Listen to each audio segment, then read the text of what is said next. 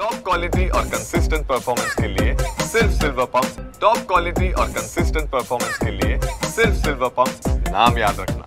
रमजान ईदच्या पार्श्वभूमीवर औरंगजेब कबर परिसरात असलेल्या झैनुद्दीन सिराजी बाबाच्या दर्ग्याला भेट देण्यासाठी या ठिकाणी असंख्य मुस्लिम बांधव येत आहेत। आपण बघू शकता की समोर गर्दी झाल्याचं आपल्याला पाहायला मिळतंय।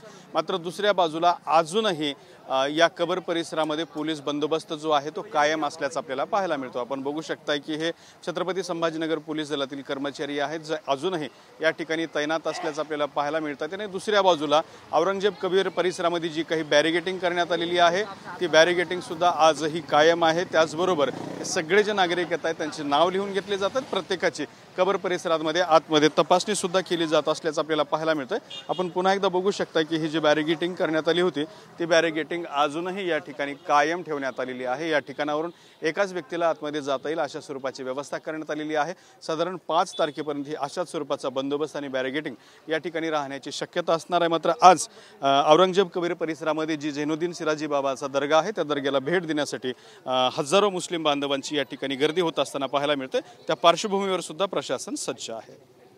कॅमेरामन हर्षल निकम सोबत दत्ता कानवटे, TV9 मराठी, छत्रपती संभाजीनगर।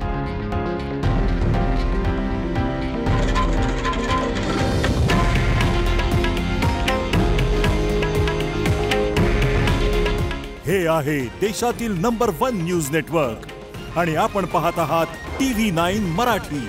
काळजी तुमची, हित महाराष्ट्राचं।